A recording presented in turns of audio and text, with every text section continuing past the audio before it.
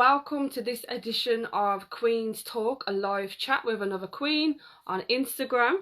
Tonight we will be speaking to Andrea from Succeed Tutoring Services.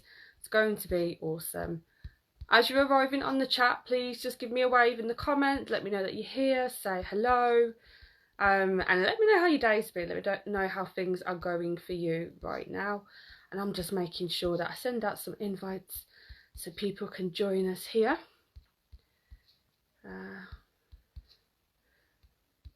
Yeah, and if they can make it, they can make it. If they can't, they can't. Whoever's meant to be here will be here, 100%. Okay, she's here.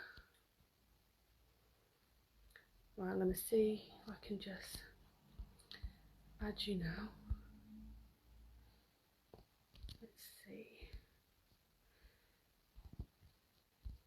I can do this. I can do this. Oh, yes, got it. So just wait for Anne to join. And she is here. Did it. You made it. Fab. How are you doing? How's your day been? I'm good. How are you? My day? I'm tired but fabulous. It's nearly Friday. We give thanks. I was actually really exhausted this morning. So I'm kind of mentally exhausted, if that makes sense. Yeah. Thank you so much for giving me time today and for coming on to this live. Thank you. And everyone, it is Andrea's very first live, but it won't be her last. I'm telling you now. I'm sure she will be off on a tangent after this, like doing many of them. But for everyone who's on my page, pretty much know who I am. I should hope so. But tell us a little bit about you and what you do. Thank you. So I'm a qualified teacher, mum of 2 boys, and I'm getting distracted by all the comments already. So I got my eye on them and one on you. Like that. And I run Succeed Tutoring Services, which is a tutoring business, which is all online now due to COVID and all the crazy things that have been going on this year. But that's the direction I wanted the business to go, so that's all good. So I'm super grateful for that. And I'm currently studying to be an Nlp Practitioner, so that's really exciting because I want to be able to help people, as many people as I can, to get NLP into their life through coaching, mentoring, get it into schools, and yeah, that's a bit about me really. A bit like you, I like to get my hands into lots of different things. So in lockdown, I wasn't trying to be like Superwoman. We were literally just taking each day as it came. Yeah. NLP was something I'd wanted to do for a while, so I started the course around July, and yes, so it's been really good. So yeah. Well, let's rewind it back a little bit, because I know that you are a qualified teacher, and I already, obviously, I've known of you for a little while now. I know that you do your tutoring with children after school. I know that you used to be based at, well, you used to do some sessions at the Dodger Park Centre. Yeah. I've been aware of your work for a little while, and of course, 2020 happened, right? But it sounds like actually it's presented you with an opportunity to move forward in a way that you wanted to do anyway. But did it prompt you to do that before you were ready, or were you ready? I think I was definitely ready, because I'd set myself to do a lot of things last year, and I always overset myself things to do. I have loads of goals, and that's just me. I do it, and then if I get through what I get through, then that's what happens. So I think at the beginning of lockdown, I literally lost all my students straight away. I normally have international students during the summer. Couldn't have any of those. So I literally went straight to 0 income. And I was stressed a little bit at the beginning. You know, I've got 2 boys to support. I was suddenly on my own. So I was co-parenting, and then that's a whole nother life, but I became literally solo parent throughout the whole of lockdown. So I had so many things to consider. But then I kind of just thought, you know what, chill, enjoy my time with the boys, and what is meant to be will be, and it will come to me. and it did. So I needed that time out as well, I think, because I think when you're in the middle of busyness, you don't realise how busy you are. So I was really busy with students. It was coming up to, you know, lots of different exams, and I was getting a lot of business, and I was running it from home in the end, just before lockdown. And it became really, really busy, which is obviously good, and I'm super grateful for that. But you don't realise, do you, until you're out of it, that you actually need that rest. You need to be present with the children. And yeah, so I enjoyed that time. And yeah, to go back to your question, I think it was the right time, definitely. Strongly believe things happen the way they're meant to at the time that is right for you. Absolutely. And you know what? I do think, like, you know, there's no denying the chaos that has been caused by everything that's happened in this year, from whether it's been on a, you know, political standpoint, or society, or relationships and friends and jobs and stuff. But actually, I think that when we look back on this year, we're going to be really grateful for all the blessings that came out of it, because had Absolutely. these things not happened, you wouldn't be where you get, you know, kind of thing. But I've got a really interesting question for you, actually. I think it's interesting, so I want to know the answer. So, of course, you're a qualified teacher, so you've taught in school and that's been your job. But right now you are fully working for Andrea. That's your job now. Yes. So how did you move from being employed to being your own boss? How did you take the jump? Because I know a lot of people who have their job, like myself, and then they have a side hustle. And you're dreaming of the side hustle being like your full-time, this is how I'm making money. How did you make that jump? Especially if you've got two kids as well, so... Yes, my jump was very dramatic, I must say. It was really dramatic, but I am a strong believer of following my gut, and I know you are. So I'd gone through and was still going through a really big breakup, going through court, and lots of different things were happening. And teaching is, it's a, you know, it is a hard profession, it can be. And I absolutely love it, and I still go in and do supply. I've been in this week for the first time in 6 months, and I love being in the classroom, but you know, I feel like I've got a call into lots of other things. But during this process, something was telling me that I needed to make a change, and I didn't know what it was. I didn't even have a plan at that point, but I knew that I couldn't continue working full time in the environment I was. I was literally drained. My body and my mind told me. So I just wrote a letter of resignation and just handed my notice in, basically. So the head at the time was really shocked and said, I think you need to think about this, you know, and was basically trying to guilt trip me. She was like, you know, you've got your boys to think about, your home and all this. I was like, yeah. And I was like, you know what? I know that I'm going to be absolutely fine. So that was that. And then I left, and then I joined an agency to do some supply work. And then I was actually kind of headhunted for a job that I didn't even think about doing. I thought I'll just do some supply around the boys and just be really flexible. And this job basically found me. The school did. It's a local school, and I worked 3 days a week in a lovely primary school, and it was brilliant. And I needed that time, and that's when I started to do my tutoring from then. So I was doing a little bit of tutoring alongside that. But yeah, that job found me, and I wasn't even looking for it. It was 3 days a week. It was teaching IT and Spanish. Oh, it was just lovely. And it was warming to not have to think about results and loads of marking. It was just really, really nice. I could go in, come back, and yeah, it was very, very rewarding. But I also knew I didn't want to stay and do that either. So at that time is when I started to do just some one-to-one tuition, and then it all basically was born from there. And then yeah, I love that, because it kind of repeated again in a sense. It's like you needed more time to have the mental space to think about what's coming next. And so that led on to the tutoring, which is now the big business that you've got now. And then it's kind of repeated this year when everything was brought to a standstill. And then you've had the mind space to think about, okay, what else do I want to do? And that takes us to the NLP, which is... Yeah, that is true. So what does NLP stand for anyone that doesn't know? Okay, it's got a fancy name, and even I think the name doesn't really represent what it is, but it does. It stands for Neuro-Linguistic Programming, which basically, in layman's terms, is all about the brain, which is the neuro side of it. Linguistics is all about language, and then program is linking it together. So I've been on a self-development journey for years and years now. I've had coaches, I've done lots of reading around different things, and this has kind of brought it all together. And it's also the study of successful people. So you study a lot of what people that are doing well in certain things do, what practices they kind of use in order to be successful, whether that be in relationships, in their life, in business.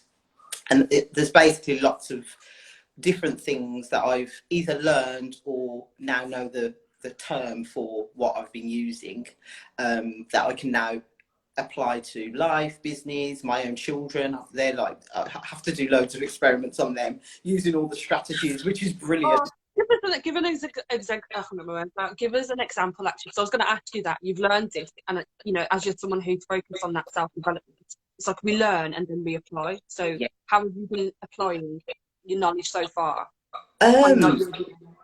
Well, my eldest son's in year 11, so he's just gone back to school, but he's in his final year. And last week, and he still is a little bit at the moment, really overwhelmed with everything that's going on and going back to school. And he's normally very, you know, in control of everything what he's doing. But obviously, it's different circumstances. Year 11 is very, you know, important to the stepping stones of about what comes next. And I think he's putting a lot of pressure on himself, and school does. He's at a grammar school, so that's quite intense as well. And obviously having 6 months off hasn't helped, but he's been really good in that time. We've had a good balance. He hasn't just been working all the time. We've been doing lots of things. So last week we kind of we were talking about strategies, using overwhelm strategies and lots of other different ones. So I was basically doing some of what I'd learned with him, and it helped me as well, because I think obviously if your child gets stressed and is overwhelmed, that you take it on, don't you? Well, I do a bit of an empath, so that energy has leaked onto me somewhat. So we've done some strategies in terms of just getting things down on paper. So we did a bit of a brain dump of everything that he's got to do at the moment. So then it's kind of out the brain onto the paper, which I do quite a lot myself anyway, even before NLP. And then the overwhelm actual strategies were just prioritizing what he had to do, to just not make it seem as big. And this is great for anyone really, child, adult, whatever you're doing in life, because we all get to that point, where we take on a lot, and sometimes just getting it out of your brain onto paper, it doesn't seem as bad. And just prioritizing was really good. And then we've got these loads of things up on the walls of, you know, each week, what are we going to focus on? And it just gave him a bit more focus. And rather than thinking of, oh my God, how much I've got to do the whole of this year, it was breaking it down into, I've got this to do this week, let's focus on this. And I think those little strategies will help him get through the year, and me, myself as well, because they're very busy, and just getting the balance as well. So yeah, we were using that, and that has helped, but it's an ongoing thing that we'll do.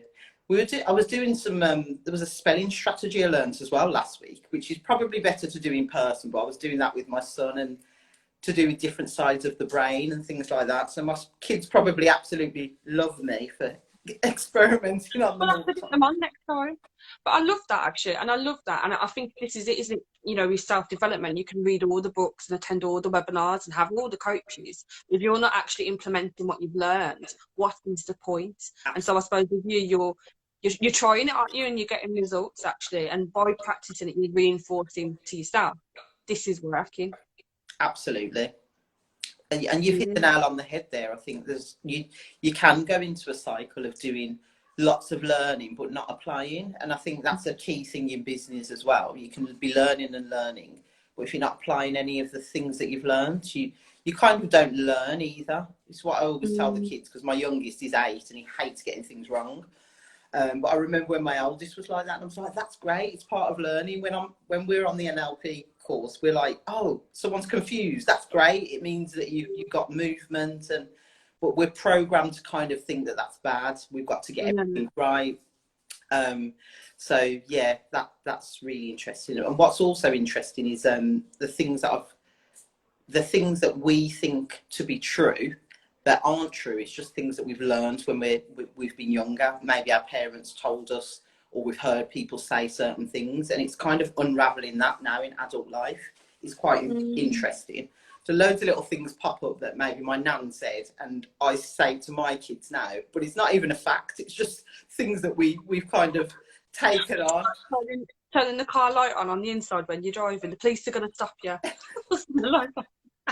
My nan used to have a thing about you shouldn't eat on the street. It's really disgusting and like really bad that you shouldn't eat on the street. And one of the other ladies in our course was talking about it. I was like, oh my gosh, that rings a bell.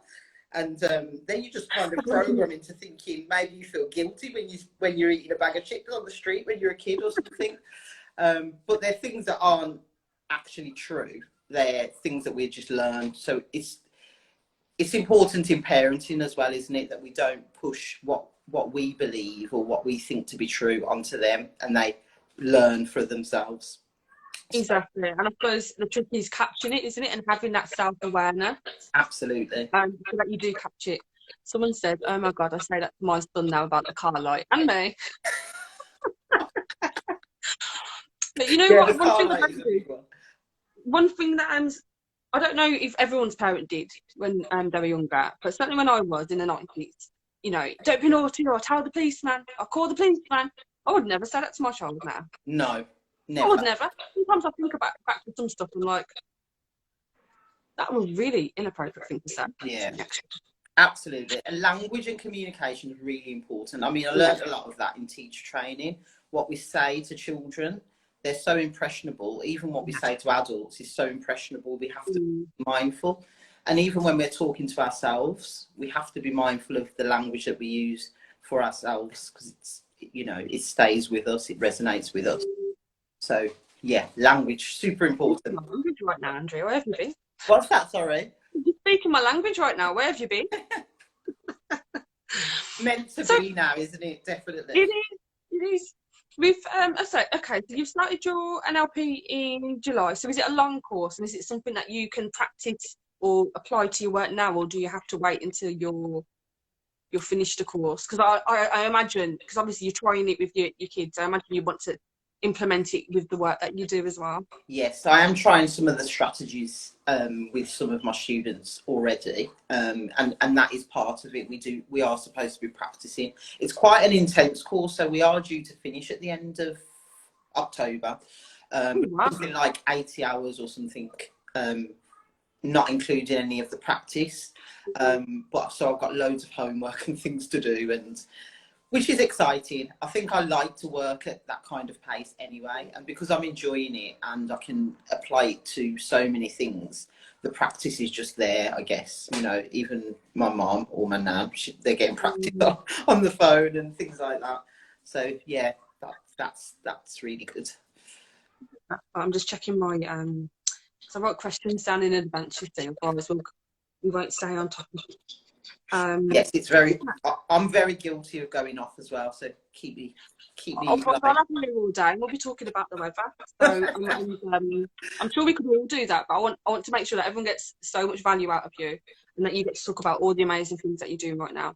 So, you know, you do the work with children and young people around school and stuff. But is there any work that you do around adults, because you seem really passionate about helping people as a whole regardless of age group? So yes. What does that look like for you, or what will it look like for you when you're ready to get going? I think in the terms of coaching or mentoring, I think is best. I've got a lot of experience, and I think the NLP will kind of facilitate me achieving that. So in exact model, I don't know yet. I mean, I've got a friend, she wants me to do some one-to-one coaching with her. She's got a new business, and that would be quite exciting to help people, even if they're pivoting from one to another, because it can be hard when you're starting out and you've got children and things like that. So I think that would definitely be an area to help others as well as children. Okay, so Queen, those of you who are watching, Andrea is open to clients who are pivoting or starting a new business, excited about it. Yeah. And I feel like it's good to say that, actually, because, you know, we don't arrive feeling 100% ready, all the documents written, everything's set up, got all these, you know, communications or whatever. Sometimes we learn on as we go, and it sounds like that's much of what you've done. That's so true. Which I think is really inspirational, actually. If you didn't wait for Monday, did you? You just was like, no, I'm going to hand in my notice. No, it sounds really crazy now, and I'm like, people are like, what? You did what? And you didn't have another job? And I was like, no, but I believe that the universe will just provide. It just will. Like this year, I was like, I'm not even worried. You know, if I can pay my bills and we've got food, that is literally all my children actually need. And yeah, it's about focusing on those kind of things, and it brings you down into a real sense of gratitude as well when that happens. So it's a good time to kind of be reborn and do the things that you really love, because you can sometimes steer away from that as well, can't you? Absolutely. So with that being said, then how do you stay in this place of gratitude? What kind of things do you do to be at a point where you're not panicking and you're not worrying and that's not taking over, where you can just trust and know that the universe is going to provide and you're going to be okay? I do daily gratitudes with the children as well. I'm always talking in this way. My eldest son, he's like, Mom, can you just stop? I've got this to do. And I'm like, right, let's just take some time out. Let's get in touch with the universe. But yeah, it's a lot about that, and taking my time out and focusing on self-care as well. I think that's really important for anyone in business, just to prioritize that. I think as soon as I learned to do that, everything else fell into place, because, you know, just as a parent alone, if you're not well and looking after yourself, your children are not going to benefit. So when you're in a good place, I mean, today, Mika, I had a nap. I don't even have naps. But I was like, wow. Oh my God, I am so drained. I'm going to have a nap. I'm having a nap. And I felt so good afterwards. Blitzed the house, made food, and yeah, starting with self-care is so important. So gratitude and self-care is really important, and that helps with realigning yourself, I think, definitely. And it all becomes clear. Doing things that you love as well. Been doing a lot of walking and just getting out into nature during lockdown. And that's normally when I get my best ideas, when I'm relaxed, chilled, or even in the shower. I can't remember who I spoke to. He said they get all their ideas in the shower. That feels really familiar. That's what I need to be doing after this then. Yeah, I have random showers sometimes in the afternoon, because it's like a cleansing thing. Yeah, it's like my my NLP teacher told me this ages ago, and I saw it somewhere, and I thought, yeah, you can have showers randomly in the middle of the day. My friend Tasha that's on here, I'm sure she has baths in the middle of the day. She was telling me before. I don't have baths because that's like really relaxing. I can't associate that with the day. I'd need to do that in the evening, but a shower is very energizing. Yes. I'm just reading the comment. So Clara says you're smashing it. Thank you, Clara. True though, it's true. All the ideas all the best ideas happening in the shower. Karen says that was my thinking around this, just going for it. So I think she meant like, rather than worrying about what's going to happen, just trusting that it's going to be fine. We've got someone who says, I don't mind being a paying guinea pig. I'm always looking to level up. Okay. When I repost this video on the grid, I'll tag Andrea. You can give her a follow, and get yourself with your inquiry in. Yeah. Like a sugar. Yeah. You got to put yourself on. Absolutely. And this is my passion: talking, helping people, do all day. Absolutely. With a nap every now and then. Oh, of course. Naps. Never underestimate the power of a nap. Honestly. Or a shower.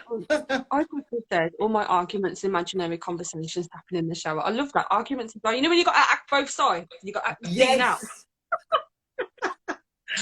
I love that. That's fab. Okay, so you know, so I'm going to talk a little bit more about the NLP actually, because I think what's really interesting here is how you said that you'd learned the terms of stuff that you already knew. So first of all, what were those things, and second of all, did that feel quite like affirming? Because sometimes we go into the course or study and we think, I know nothing, and you get there and you thought, oh, I knew that, and it kind of surprises you a little. Yes, that I've had a lot of those moments of light bulb, which I love because I'm a teacher. So when my kids ever get a light bulb moment, that is the pinnacle of me. Oh my God, I've done my job. This is the moment I live for. So when it happens to me, I'm like, oh my gosh, it's so empowering to have a light bulb moment at this age, I think. And you should just keep having light bulb moments all the way through life. Definitely. Yeah, so I think there are a lot of things that have come up and I've thought, oh gosh, yeah, I've done that. I do that.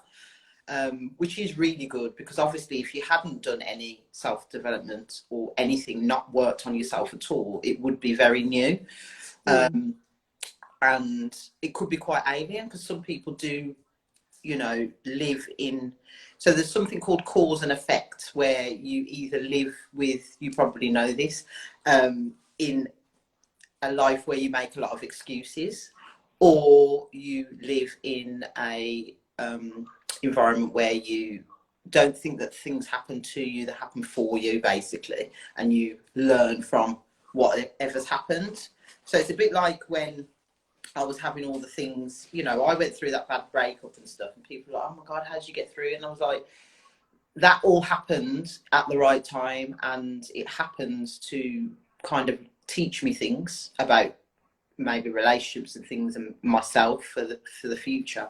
And it also helped me to pivot my life, because, you know, there's people that stay in relationships for a long time, and bad ones, and yeah, you've got to do what is best for you and what you think is right for you, because you can have all the advice in the world, and I had friends, family, everybody giving me advice, which is what they do, and you've just got to listen to yourself, basically.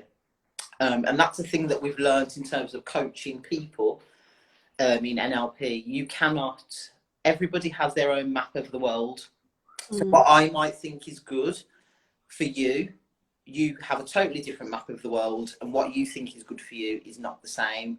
And it's there's lots of different things that we perceive to be in a certain way. We talk a lot about confidence in the training, and confidence means so many different things to different people. And it's really interesting that we always come back to this in our training, because some people will say, oh, that person's so confident, I don't know, they do lives every day. That, you know, people will think that certain things are confidence, and others think, oh, well, that's just natural to me.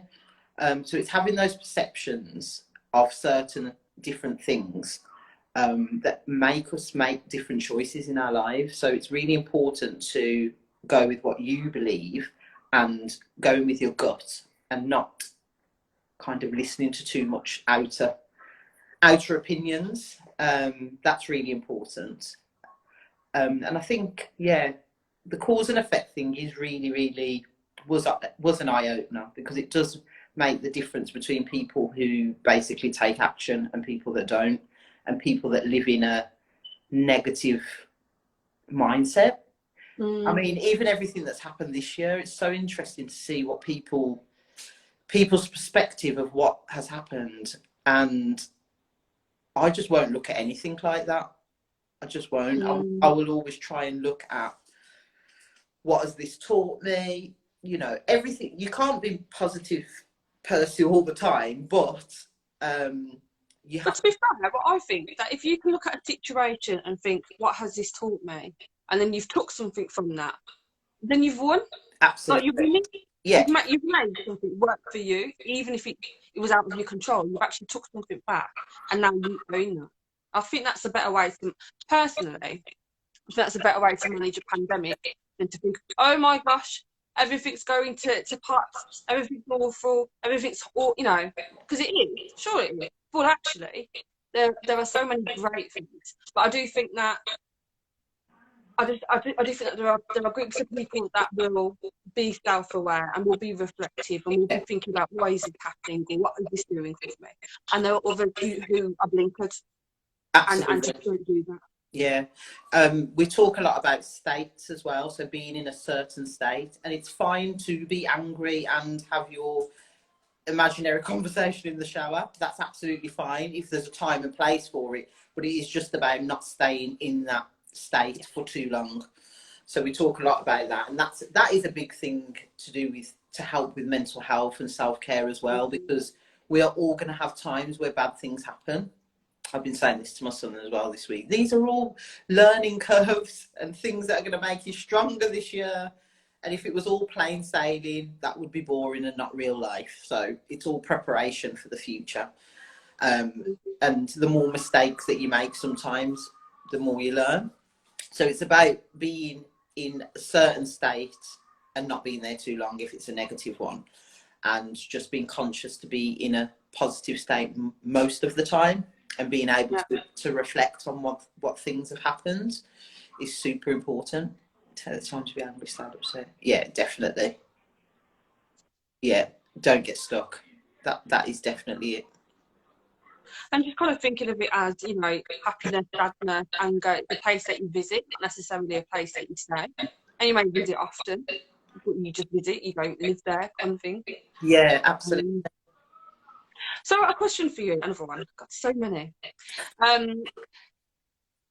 Has there ever been a point where you didn't have this way of thinking in your life, and or was there like a turning point and that changed everything? And if so, what was it? When was it? Yeah, you know, for some people, they read a book or they watch a film, and for the first time they hear something for the first, you know, what was your I don't know, like crossroads point or turning point? That's a good question. I think on reflection, I've always lived this kind of life, but maybe not in this particular way. But interestingly, my relationships have changed, and they affect how you are in the time. So I think the pivot moment probably was when I went back to work after having my second son, and then I just thought, oh man, this was a slippery slope. Going back after maternity, working, I thought, this is not me. Although I love my job and stuff, I was thinking my time is really valuable, and time's a big thing for me. So I was getting less and less time, and I thought, I'm going to see my children less and less. If I climb the ladder in teaching, that's great, but I will have less time for me and less time for the children. So it was then that I started to think about other things and how I could just enhance my life by still doing the things that I love. And that is a big thing for me, which I tell my kids as well. I don't care what you do, make sure you do what you love. And that's really important. So I think the more I focused on that, and it not necessarily having to show up me going into the classroom, I could do that in other ways, then life just blossomed. I love that. It was a flower and it went like this. Yeah, so I think that's really important, to focus on the things that you love, but you don't necessarily have to do it in the day job, in the 9 to 5. There's so many other ways in the world that we're living in now. You know, there's so many different opportunities that you can still do the things you love in the way that suits you and suits your life and suits the amount of time that you want to work, so that you get balance, because that's important as well. Absolutely. And I like that. It's not about you trying to fitting your goals and dreams into your job or, you know, your second job or whatever it is. It's actually how can you create a life that fits around your goals and dreams, which is a powerful change in perspective. Yeah, absolutely. So what has been your biggest challenge so far? So for where you are now in October, Libra season 2020. So what has been your biggest challenge in this journey in terms of being a businesswoman who's interested in learning more and doing more. What's been the hardest bit, and how have you overcome that? For me, I think it's being overwhelmed, because I can take on a lot of things, so I'm much better with that now. I do go through moments, but I am more conscious that it's coming. So I know that I need to take a day out, go out with the girls, do something. You know, me and the boys go to the park, whatever it is, I know that it's coming now, and I know to take that time out. So I think within the whole of my entrepreneurial journey, I think it's definitely overwhelm and trying to get a good balance in life. But I feel that I'm there now, so I feel that I do have a good balance, and I know what is comfortable for me as well. I think that's important, because everybody's different. So, you know, there's some people that talk about get up at 4, do your exercise, do all this stuff. I mean, that does not work for everyone, does it? No, it does not. So you've got to do what's best for you, and if that means working late in the evening or early in the morning, you've got to do what works for you and what you enjoy doing as well. If you don't enjoy getting up at 5, then don't do it. Just, you know, just make it a different time. So yeah, things like that. And I incorporate a lot of things around what I do with the kids as well. So I think that's helps, so I don't feel that I'm away from them too much. My exercise I try and do either with the kids or incorporate into school run or going for a walk and things like that, and that's increased, I think, this year, to incorporate them with what I'm doing. And they have to get involved in my business as well.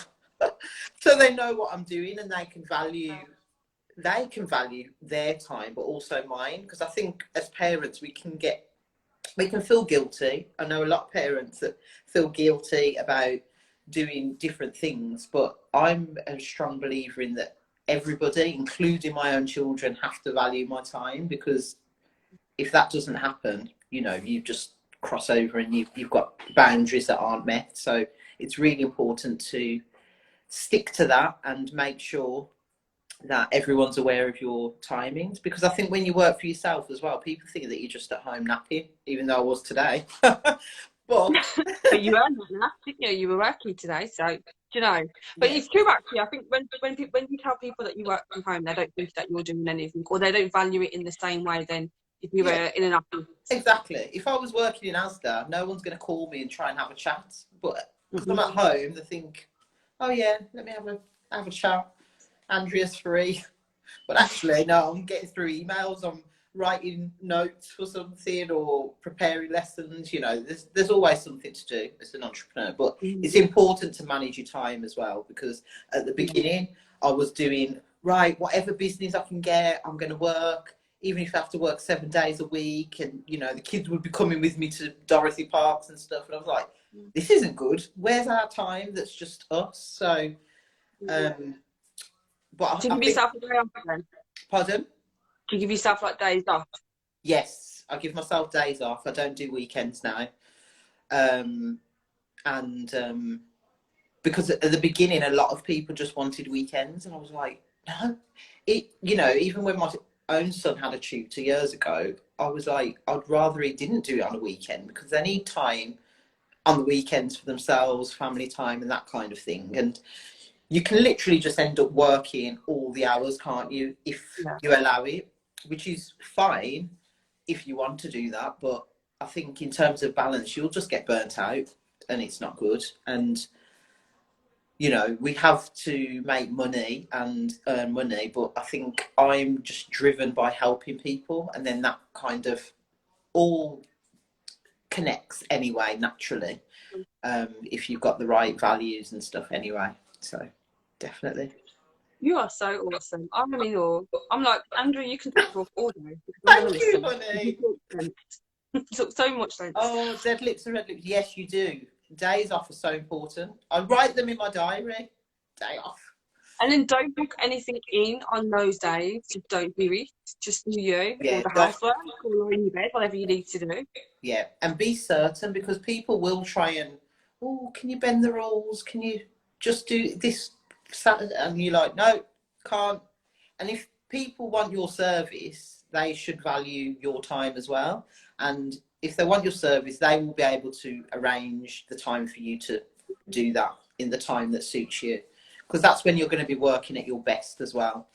You're not going to be working at your best Sunday night if you know that you've got to be doing the kids ironing, Sunday dinner. I've been at football all day, and then I'm trying to do that in between. So it's valuing, making sure everyone values the boundaries, definitely. Boundaries are important, and we love boundaries over here, because we say so. It's always nice to hear other people talking about it, because ultimately as well, people will do what we let them get away with. So if this week you said not Saturday, and this last week you said yeah, but they're not going to know. They're going to think if we ask enough, we're going to get it. Yes. So definitely defining your boundaries. A question for you, because I know that especially Cara, who's in this group. I need to get you on a live, Cara, actually. And loves reading, and so she's always recommending books that have shaped the way that she thinks and will practice. Are there any books that you've read, or audio books or podcasts that you've listened to, that have contributed to you being the businesswoman that you are now, or that have really helped you or guided you, taught you something?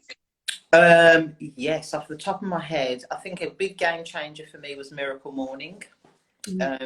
So I just started to start my day in a different way, with gratitudes and things like that, and morning routine, evening routine, whether that be 2 hours in the morning or sometimes 10 minutes, because with kids it's unpredictable. I think they're important. How you start the day and how you end the day is really important. So Miracle Morning was really, really good.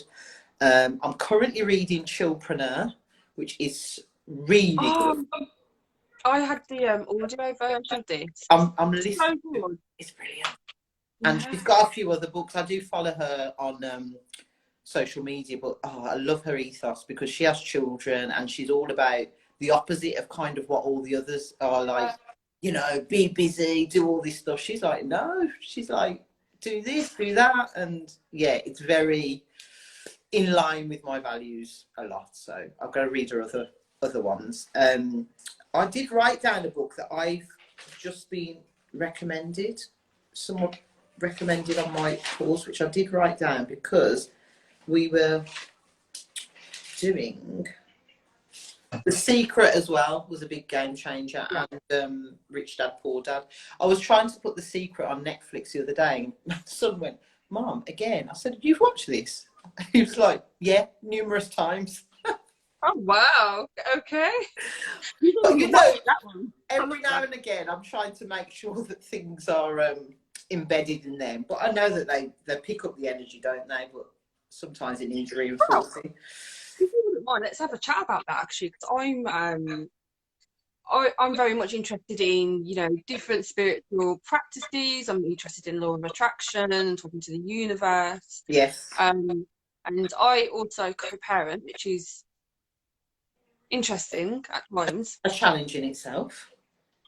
And so the way that I approach life and my ideologies are very different to that of the other parents.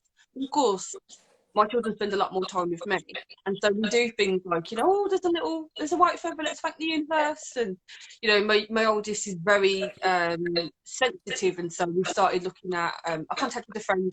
She runs a crystal business called Aligned, and she put a little pack together for Amelia, with like some crystals and stuff. Really lovely. And we're starting to talk a little bit about energy and chakras, and it's almost like I wish somebody had these conversations with me like a good 20 years ago. Same. Because then maybe we'd have arrived here sooner. But you would have totally different journey, is what I always tell myself. Because I think, God, look how much knowledge I've got to tell my boys. I knew nothing about this stuff as my childhood. I was actually a young carer, so I took on the role of mother quite early myself. So my childhood was totally different to the boys, but I just think I wouldn't be where I am now without those experiences. And I'm just grateful for the fact that I can pass on what I know to them, because they're just able to start really early. My son wants a Saturday job on top of everything else that he wants to do. I wonder where he gets that from. Yeah, but then we're talking about, I said, what about I was talking about something else, because he was doing a little online business thing. And then he said, multiple money streams, Mom. I was like, oh, he does listen. You taught him well. I was like, he's listening. And he always talks about not working in certain jobs because there's too much, he doesn't want to exchange that much time for so little money. I was like, you are so clued up for 16. Like, I would have just done any job, just have my CV out to anywhere. Yeah, you put your money down. Yeah, exactly.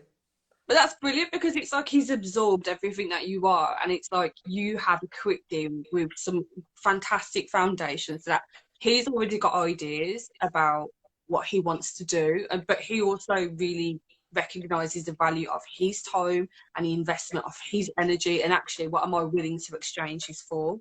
And that's brilliant. At 16, knowing that, can you imagine him at 30? It's crazy, isn't it? It's really good. And I thought, oh gosh, he is listening, because I probably talk a lot. So when you think that they're not taking these things in, they are. And going back to your co-parenting, that used to bother me quite a lot. And we were doing half and half, so they were spending equal amount of time. But what helped me a lot is just focusing on my time and not thinking it, you know, obviously unless he was doing something harmful to them, but I would just literally focus so much on the time with me that they were with me. It just enhanced everything anyway. It just kind of overpowered anything he did anyway, just without me wasting energy on worrying about, oh, he did that, why is he doing that, why is he saying that, you know. It just was a game changer, definitely. It's not always possible, but I think if you do that most of the time, it's helpful. I think for me, it's been about picking my battles. And actually, for the most time, I can't be bothered. Because it's fabulous over here under my, under my roof. We're great. We talk about feelings, emotions, and all that stuff. But also, it's about recognising there are times when you do need to have a really difficult conversation. It's going to be mega awkward. But actually, it's almost like you have to invite the battle. But it's necessary because you're protecting your brood, kind of thing. Absolutely. So to be very practical here. But also not letting that battle filter out into now your home life, because I don't want to ever want to create a space where we're always recovering from a confrontation, or we're rattled because of a confrontation. And I'm just mindful all the time at how, our children know us so well. Like, they know when we're not ourselves. They know if we've had an argument or something. Like, they can tell. Like, my daughter will say, "But Mummy, you don't do yourself. Are you sure?" They're not stupid. No. They're not stupid. They pick up on our energy so much. Oh, yeah. Oh, yeah. So I suppose it's about us thinking of how, well, for me, I'm just really honest with my kids, and we have these really honest conversations, and I don't invite trouble, and I only go looking for it when it's earned. And, ultimately, I'm trying to also teach my children that actually sometimes we're cross, and that's okay, that's allowed. Sometimes where, we need to cut off and block everything else out and look after ourselves, and that's fine. We all focus on self-care. In my house, everybody wants their own time, and we ask for our space. We need to But that's little mini versions of me, and I suppose as a mother, when you hear them repeat back to you some of the lessons you've taught them, just like you have with your son, and he said that to you, you're like, okay, I've done my job here. Yeah, definitely. Really affirming. And you've got to be the role model as well, haven't you? I mean, in you can't be. I don't do just preaching to my kids. They will see what I'm doing, and they call me out. My 8-year-old said the other day, "I haven't seen you reading that much, Mum." And if I'm saying you've got to read every day, I said, actually, I've got Audible as well, so I might be listening to a book as well. But I'm not going to get them to do things. I'm not going to expect them to do things that I'm not doing within reason. And it is good because they will see and model what you're doing as well. And all that energy is flowing in the house. So they will pick up on way more than we actually know. Yes, darling Kane. He's always the one to call me out and stuff. So, what would you... Okay, so for the mums out there that are, who have been presented with the challenges that the pandemic has presented with, the schools closing, coronavirus, all those worries there. Maybe not everybody's back at work, or they are, and they're managing it, organising it all. Or for those, you know, the women who are really interested in starting a business and thinking about, you know, should I take the plunge? You know, ready for change, women ready for change. What bits of advice would you give them if they were to get them through that point right now? A really interesting task that I did with a coach I had last year, which was a really, really good task to do at the beginning of kind of planning any business for any parent or any person starting a business, is writing down your ideal day. And it's just so, I started writing, and you love writing, so you start writing and you think, oh, what am I going to do? And you just keep writing because you've got so much detail in there, and then you can work backwards from that. So in mine, I had things like I can walk to school with my son, I can do the school run by foot, I'm going to move to a house that's close, because I was living somewhere that was close, but I'm going to live around where there's a lot of nature. I'll be able to walk through the woods. These are things I'm doing now that I wrote about 18 months ago as my ideal day. And I think the more detail you have there, you can kind of map out what you want from your business based on what you want in your life and how much you want to work throughout the day. Because some people, they might be flexible to work, they might have childcare, they might want to work longer hours, or they might want to just work school hours. It's being very certain on what those goals are and not deviating from them, basically, and being really strict with those. So if you know that you only want to work between 10 and 1, try and make your business go around that. Obviously, at the beginning, sometimes you have to make sacrifices where you might not be within those things that you've put strictly down, and that is fine. But I think having that on paper and kind of like an accountability of this is what I want my life to be like, and your business should work around the life that you want to create, shouldn't it? So it's putting all those things into place, you know, how much time you want to spend on weekends or during the evenings with your children or partner, and things like that are really important to set out. But I like the idea of writing it as a story rather than, you know, in your goal setting and you write all these goals down and then it just seems a bit overwhelming. In the same way, it's like when you do a visualization and you imagine how it will feel. I suppose if you start from the minute you wake up, what time did you wake up? Yes. What do you have for breakfast? What do you see from your window? Do you go outside? Oh, you answer to these questions already. I'm ready.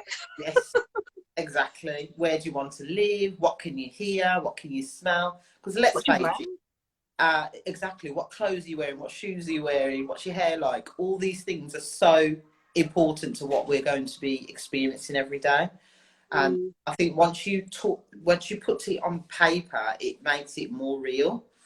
And it's a great goal to work towards, even if you're just focusing on, okay, I'm going to be going to yoga every Sunday. You can just focus on one element of that goal, or it could be that I want to work with 10 clients in my business. I want this amount of people for my business. So it's clearer, and it's how it's going to impact all elements of your business, not just your elements of your business, but your whole life, which is important because a business can take over your life as well. There's lots of people in business that are working way more than a 9-to-5er. So it's yeah. I love that idea, and actually everyone who's watching this, please do try that and let Andrea know how you get on with that. Yeah. Because I think as well, it's probably one of those exercises that you could do, and actually as you're writing, you didn't realise you really wanted this part, but now that you've got the opportunity to daydream about it, you absolutely want that. Yeah. And you're writing that in. And I think that's the power of writing, isn't it? Even like with journaling, I've written dead bodies, but sometimes you write it down and you read it back and you surprise yourself because you didn't know that was going on. Absolutely. And you don't know really what are your key areas of focus sometimes until you write them down, and then you're like, wow, I didn't realise that I needed to be so much by nature until I started writing this stuff down. And now this year I've been spending loads of time in local woods and stuff. So yeah, it does highlight what you want and what you need in your life. So that's really, really useful. Definitely. And not to beat yourself up about not achieving things as well. Growing a business takes time. It's not overnight, and you're going to make mistakes. So it's all part of learning and growing at the same time. Is definitely one not to beat yourself up over things. Definitely. Brilliant. I feel like I want to hug trees now. That's meant to be really good for you now. I wouldn't knock it. I would definitely give that. Maybe the tree would hug me back. It's been so lonely. Tree hugging was great. Does anyone have any questions for Andrea? I'm trying to look at what I wrote down. I wrote a few bits. Yeah, we can go for it. I think we got plenty of time. Oh gosh, no, we've got like 3 minutes. Oh, 3 minutes. What on earth? Where did that time go? I felt like it was 20.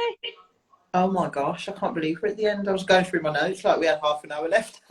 You know what? That's fine, because I can always join you when you do your second live. Ooh, yes. Because on Friday, Kim did her first live, and now that's it. Now she's off. She's doing lives now. I know. So this may start something wonderful for you. I can't wait for Friday, because that was one of the best dates I've had in a while, Kim. I've got it in the diary. That's so good. It was amazing. It was fab. It was fab. But yes, that is oh, thanks, Cara. Yes, that is inspiration, and I will. And there's so many amazing ladies that will, I'm sure, want to have chats with me. It'll be great. Absolutely. I've literally just asking people. People are asking me. I'm like, yeah, right. Let's do it. Because why not? Why not? There's no excuse, you know.